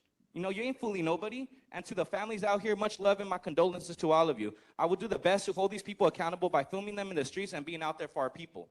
You know, tune in with people like SGV, with PLA, with South Central Audits. Know your rights, and we got to come together as a community to film the police, because you think these people are going to do anything? They ain't going to do shit. They've been standing up here, and they're just here for the pictures. He's just fake crying for the video. No, do some shit. Hold them accountable. And y'all heard this. Look at the time again. Like I said, do something. No, thank you. Our next speaker, Paola Yanez, followed by Alika Valdez, followed by Carlos Montes.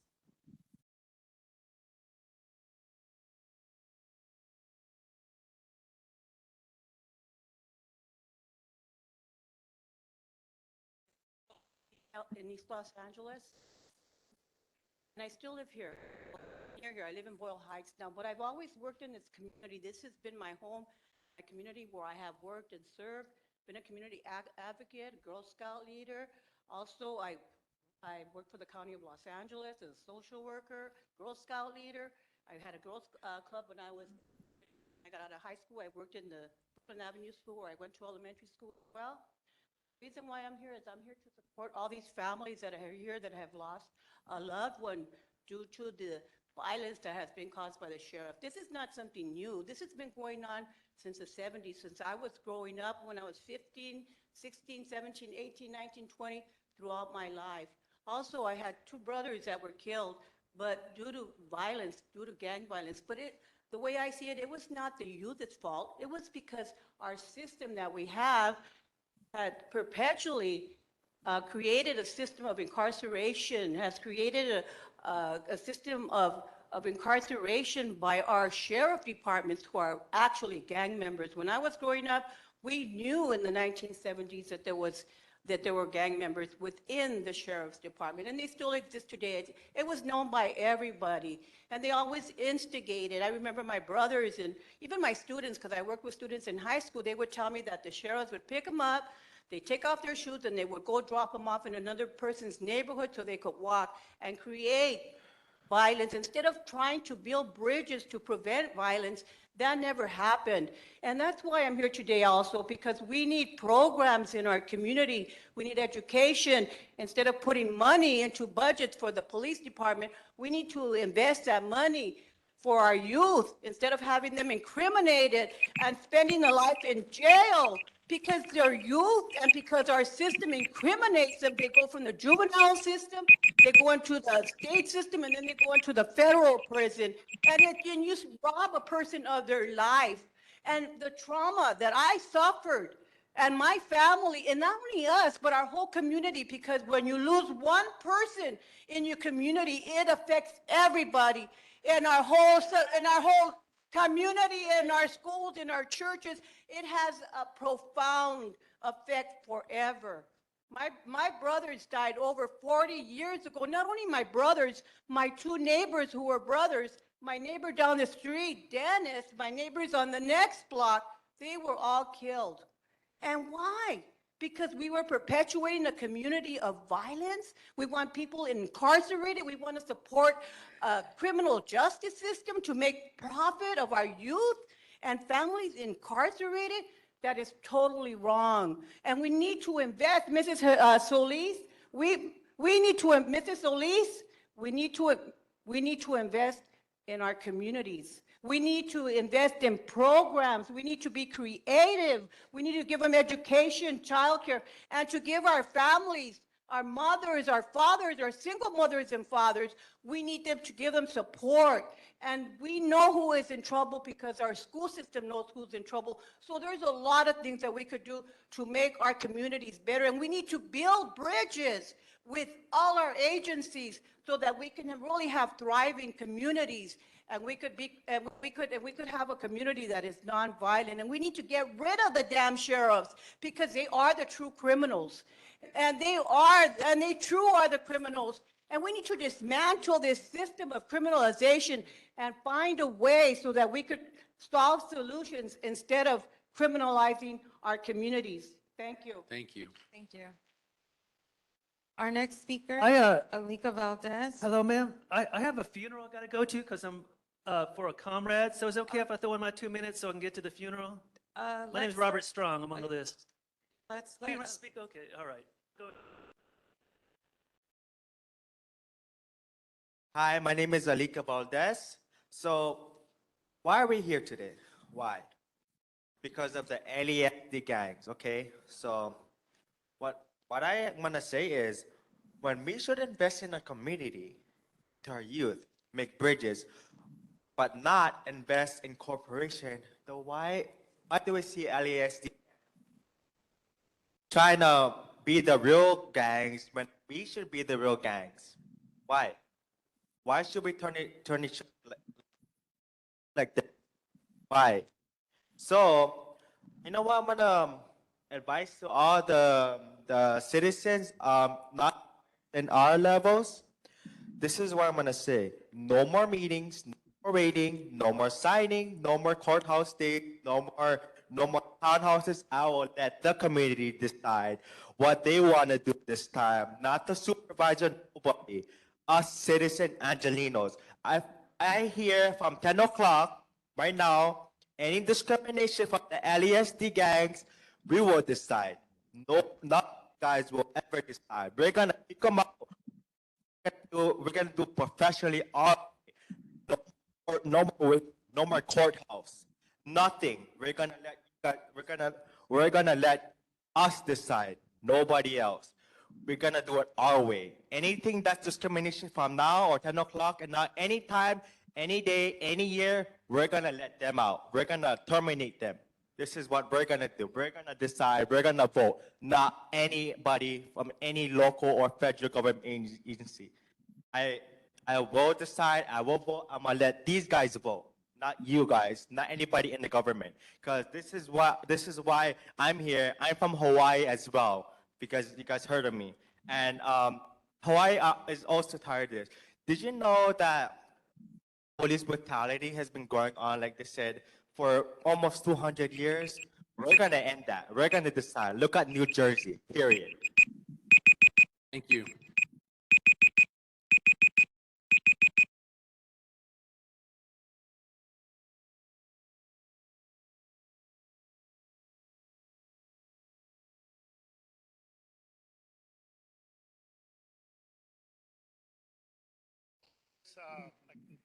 LA, can you hear me all right? I can from Garfield High School.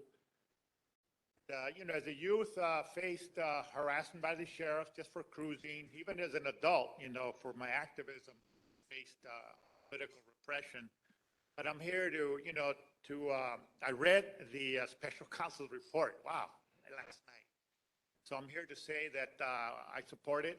Centro CSO, I'm a member of Centro CSO. Supported the families. We've demanded prosecute killer cops. We supported Measure A. We went door to door to say we got to get rid of Villanueva and support Measure A.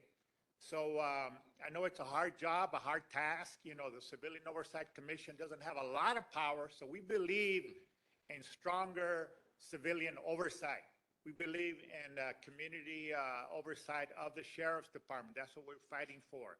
So we're here, yes, absolutely, community control of the police. It's the demand that we've been fighting for since the 60s, right? But again, deputy gangs need to be, word that you use is eliminated, but I've heard other people say eradicated. I think, they eradicated or eliminated? They need to be prosecuted.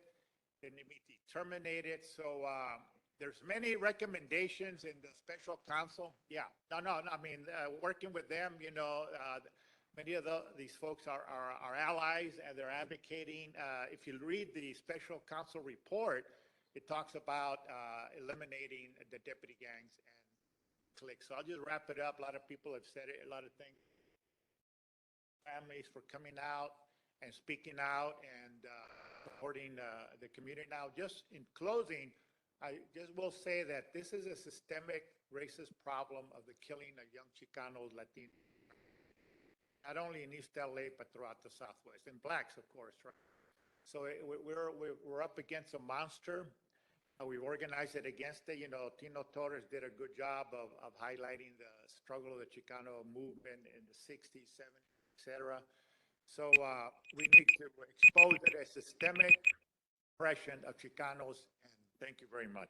Thank you. Thank you. Our next speaker, Rob Strong, followed by Beatrice Ricard, followed by South Central Audits. Yeah, my name is Robert Strong. I worked for 10 years in the Los Angeles County Department of Mental Health. There's a lot going on in the blogosphere lately about how we need to replace police showing up with mental health workers showing up. Let me tell you where the holdup is with that. Let me tell you where the broken link in the chain is. I worked for 10 years for the Los Angeles County Department of Mental Health, and I got so tired of telling my supervisor, I'm not going to send the cops to do welfare checks on our client. If the PAT team's available, I'm not going to send the sheriffs to bust in their doors and to terrorize our clients and to sometimes kill them, to saddle them with an ambulance bill for $400 when they didn't ask to be hospitalized in the first place. I continue to speak up about the police brutality I saw, and I would get written up about it every time. The sheriffs pressured Los Angeles County HR to fire me. I was fired last November for whistleblowing racist abuse within adjacent county organizations, the Sheriff's Department, and DCFS. There needs to be civilian oversight over the Department of Children and Family Services, which penalizes poverty and terrorizes families of color. But as long as people like me, supposedly the good guys, right? We're the people that you want to show up instead of the cops when your cousins are having a nervous breakdown, right? Because they're dealing with trauma from what the cops have already done to their friends. But when people like me want to do our jobs, we get fired. The sheriffs started stomping on me. One of the first big things to fall was when a friend of mine, Vishal Singh, an independent journalist, got photographic evidence of the Tri-County Sheriff's Conference in 2019. There was actually a kiosk of the 3%ers. Do you guys know who the 3%ers are? The 3%ers are a Christo-fascist militia that is pledged to destroy communities of color, to abuse our LGBT comrades. And the Sheriff's Department is actively working with these guys. It wasn't just that they were present at the Tri-County Conference. I'm going to finish. It wasn't just that they were present at the Tri-County Conference. The sheriffs allowed them to put up a kiosk and an information booth so the sheriffs could work with them, just like the Proud Boys. And every time I spoke out about that, I got written up until that stack of write-ups got higher and higher. And now they can't find mental health workers, right? You see the articles in the LA Times, it's hard to find frontline workers anymore. It's because they keep getting rid of people like me that are trying to do their damn job. Thank you. Thank you. Our next speaker, Beatrice Ricard. followed by South Central Audits, followed by Adriana Quinones.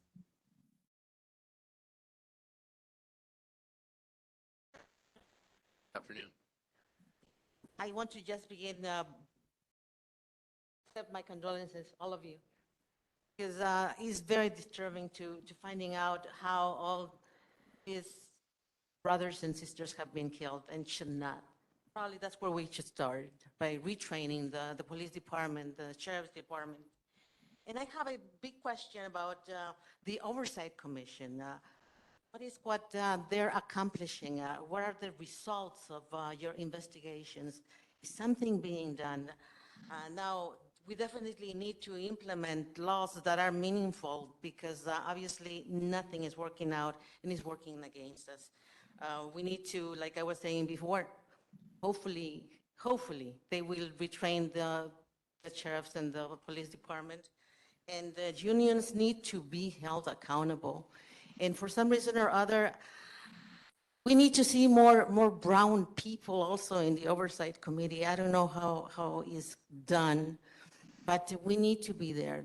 Our experiences need to be told, and we need to be part of. We don't feel like we're part of. Thank you. Thank you. Thank you. Our next speaker, South Central Audits, followed by Adriana Quinones, followed by Sandra Chavez. How you doing, committee? My name is, I name myself Good Citizen. They call me South Central Audit. I'm here in the streets for the people. I'm for the people. This is what I do. This is what I love to do. I come out here, bro, and film the cops. I hold the guys accountable. I pull up to traffic stops. I pull up to all scenes. My recommendation to all the people that's here, guys, always record the police. If you guys see them, you guys record them. They are gonna be held accountable when the camera's watching. It hurts me, bro, all the stories that I heard. I'm pretty sure Isele has a lot of attention. You guys aren't gonna get a lot of attention now. All this story that's going on right here, bro, there's gonna be a lot of people watching. We're gonna be more in the streets right here in East LA, specifically, bro. And I hope you, Kennedy, do something about it. I hope you listening to the people. Remember something, man. All you guys work for the people. If you guys don't want to work for the people, if you guys don't want to listen to the people, don't work for the people. Remember that.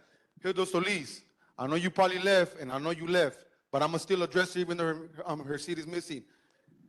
Pay attention to the people. You grew up around here, she should be here. You know what I mean? Listen to the people, bro. I'm not from this city, but I love the people. The people call me, the people tell me what it is, and this is what I'm going to do it for. Please, people, please record the police. If you see the cop in your city, if you see whatever cop did some, record his ass. Trust me, they will think about it. And do me a favor, man, do not be transferring cops to other departments because they take that bullshit ass gangbanging mentality to another department and they plant the seed to another goddamn trying to be a good cop. And let me tell you something, man. I have a lot of videos on my YouTube channel and I'm not hard to find.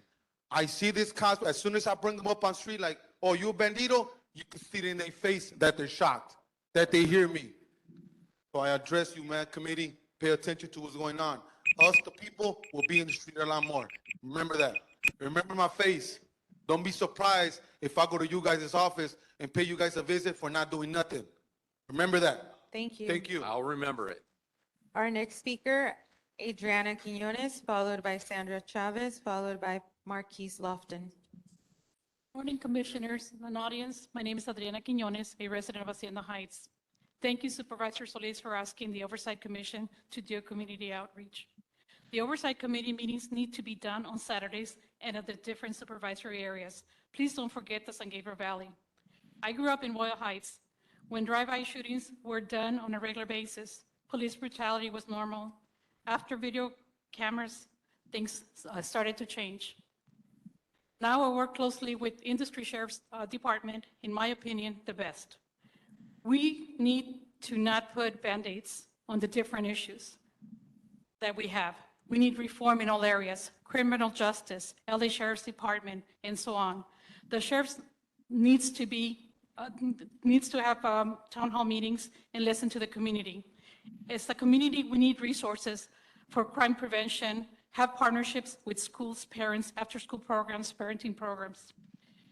And also something that very important that I learned is there's a form that you turn into the sheriff's department if you have someone in your house with a mental condition. And that's very important for us to know as a community, because that way, when you call in, they can go in with resources. But I also want to, I'm so disappointed in so many levels at the Oversight Commission, at the Board of Supervisors, the Sheriff's Department. And it's because it takes a whole lot of puzzles, a whole lot of pieces to bring in a puzzle together. The community has never been part of all these proposals. I recently had a situation where someone with a mental condition was really bad, and we called the police, and they couldn't do anything because in order to take advantage of the 5150, someone has to be a threat to themselves or to their loved ones. If that is not in the picture, there's nothing the family can do. And even when we have to lie in order to take advantage of the 5150, they're only held for 72 hours, and then what happens after that? So we need to start changing laws so that we can have some help for people with mental conditions. And also, let's start reforming the Sheriff's Department. Not only the Sheriff's Department, but I was under LAPD when they used to take us into the alleys and beat us up. So I have also been a victim, well, my family has a victim of drive-by shootings where my cousin was killed. Thank you. Nobody's talking about gangs. Let's talk about that. Thank you. Thank you. Our next speaker, Sandra Chavez, followed by Marquise Lofton, followed by Michelle Infante.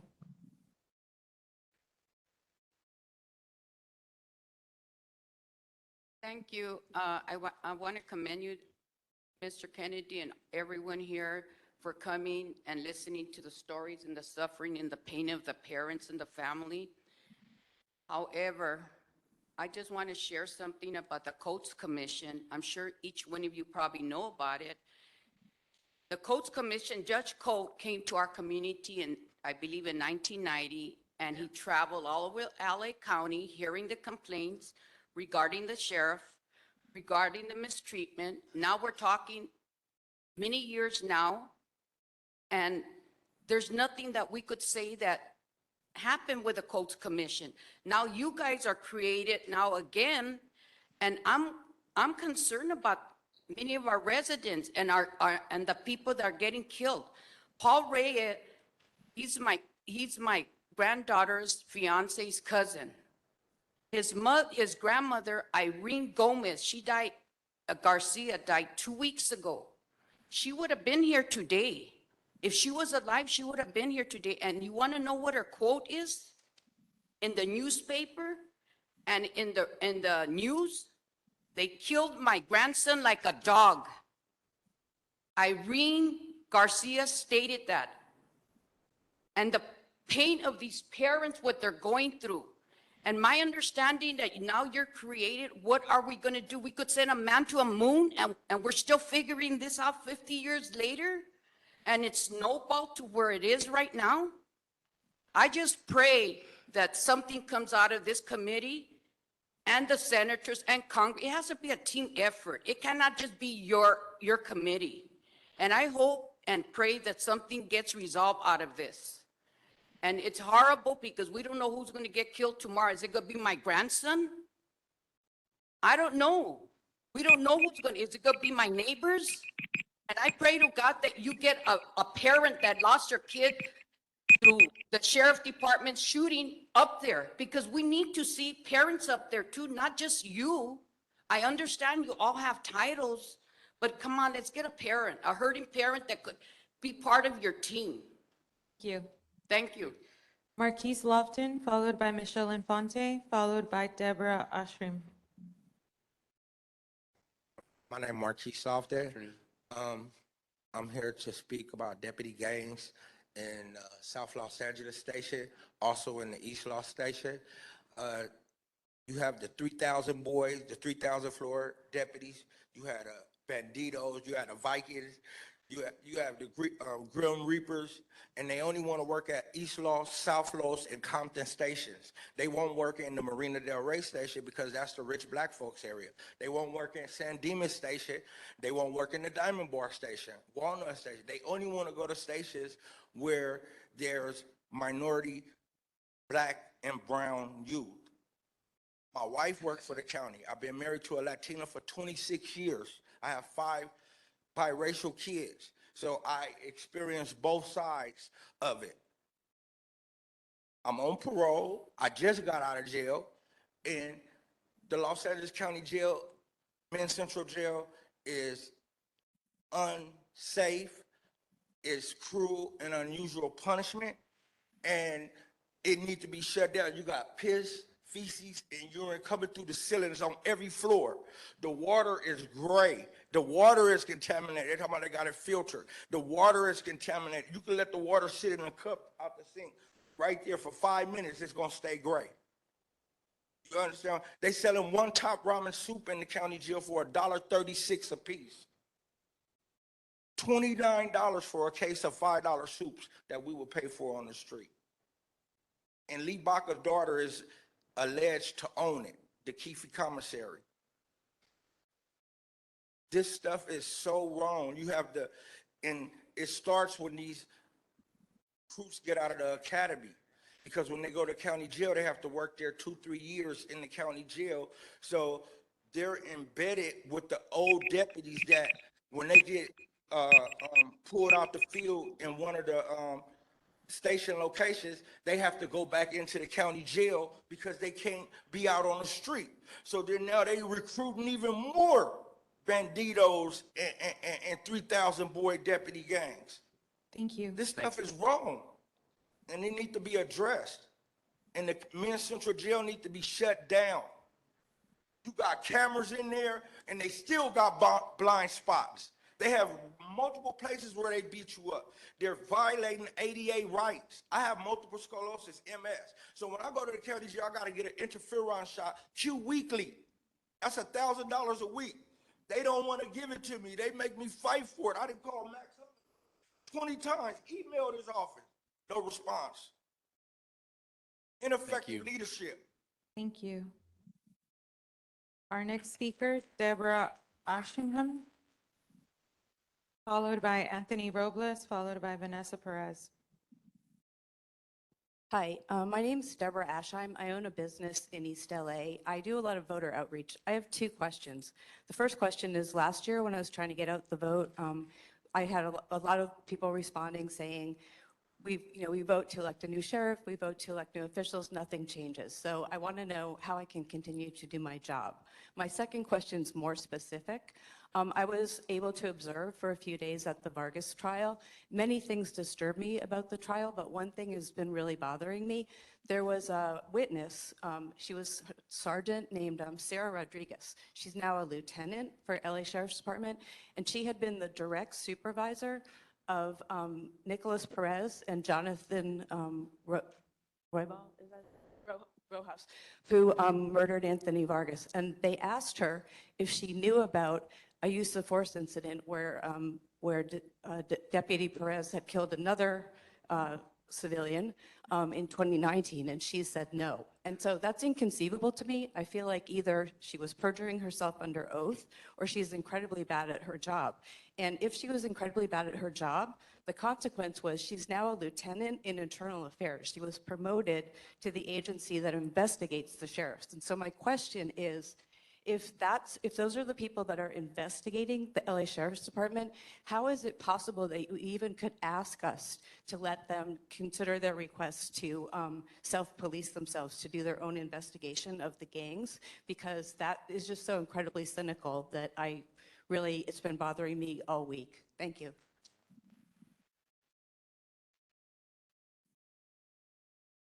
Thank you. Our next speaker, Anthony Robles, followed by Vanessa Perez, followed by Leticia Vasquez.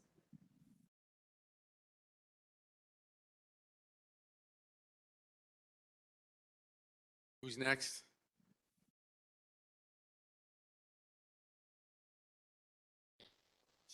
I don't think he's here.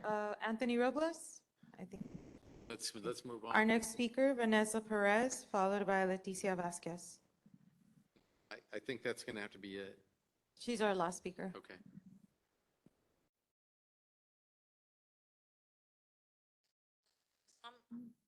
I wanted to speak to Hilda Solis as well, but She's not here anymore. Okay. Now, I just want to say, where is the justice when the deputies have become professional criminals? The intent to use excessive force to the point of near death, then to have the capabilities to document what happened and make it look justifiable on paper. This is called premeditated by professional criminals you all call Los Angeles County sheriffs. These deputies get away from what they have done to our kids because these criminals say what they want to make sure they get away with it. What they have just done with videos, surveillance disappear. And the only thing left is the words of these deputies who have learned how to document their crimes. Instead of prosecuting these professional criminals, you're putting them in our kids' school. Paul Sedana, who works at Nogales High School. He is the deputy that beat my son, and now he's at my daughter's high school. Who's protecting my daughter while you guys are protecting him? And he needs to be terminated from Nogales High School. I can't stress that enough. I wish Hilda Solis was here to hear this. But he needs to be terminated, and all of them do. And then she had said something about on her recommendations, I think it was number 20 and 22, about having the captains notified of the deputies involved in force incidents. The captain of industry sheriffs was at my court arraignment for the restraining order supporting Paul Sedana. So why do we, it doesn't make no sense. He's there to support this attempted murderer and support him to be at my daughter's high school. So that kind of like echoes on what the lady said before me. All right, thank you. Thank you. Our last comment. Our last comment, Leticia Vasquez. Again, hello. I just wanted to ask, and I apologize if I don't know all the recommendations. Actually, I don't know them because I don't know where to find them on the website. But do you guys have the recommendation to not allow police officers to witness the autopsies of your loved ones when they've either committed the crime or investigating the crime? My son, and I think a lot of us impacted families, the officers are standing witness during the autopsies. And they could really change the course of that autopsy and probably change what the coroner is going to say. So if it's not a recommendation in your list, I ask that you guys do that, because not only did they take our loved one, not only did they murder him, like in my case, in front of us, and we witnessed it all, but that's massacre, giving them the ability to massacre him again and have a joyride in their conversations while he's getting the autopsy done. If anyone had to be there, it was me. I brought him to life. They shouldn't have the right to be there and see your son cut up in pieces, their scalp removed and moved down, and then have the ability to talk about it and laugh about it later. I really strongly ask you to please put that as a recommendation. And when I asked, why do cops have the ability to plead the fifth? With anybody has the ability to plead the fifth, all that is saying is that they're afraid of self-incriminating themselves because they are guilty. They are guilty of doing what they've done, and they don't want to continue to allow someone to point the finger and say, yes, you're guilty, you know you did it, and you cannot look at the person in the eye. They know they did it, and any cop, any person that does that should not be allowed to, especially cops. Thank you. I just want to say this commission is taking up the issue of the sheriffs and autopsies. Next Thursday, April 20th, at our regularly scheduled meeting, we will have the LA coroner and groups who have been studying this issue speaking. So your comments are appreciated, and we're actually going to take that up. We are over time, so I am so sorry. We must conclude this town hall. For those who came and stayed so long, we really appreciate it, and we will have more town halls in the future. To my commissioners, I appreciate you being here on a Saturday, and to our staff, thank you for making this happen. I really appreciate it.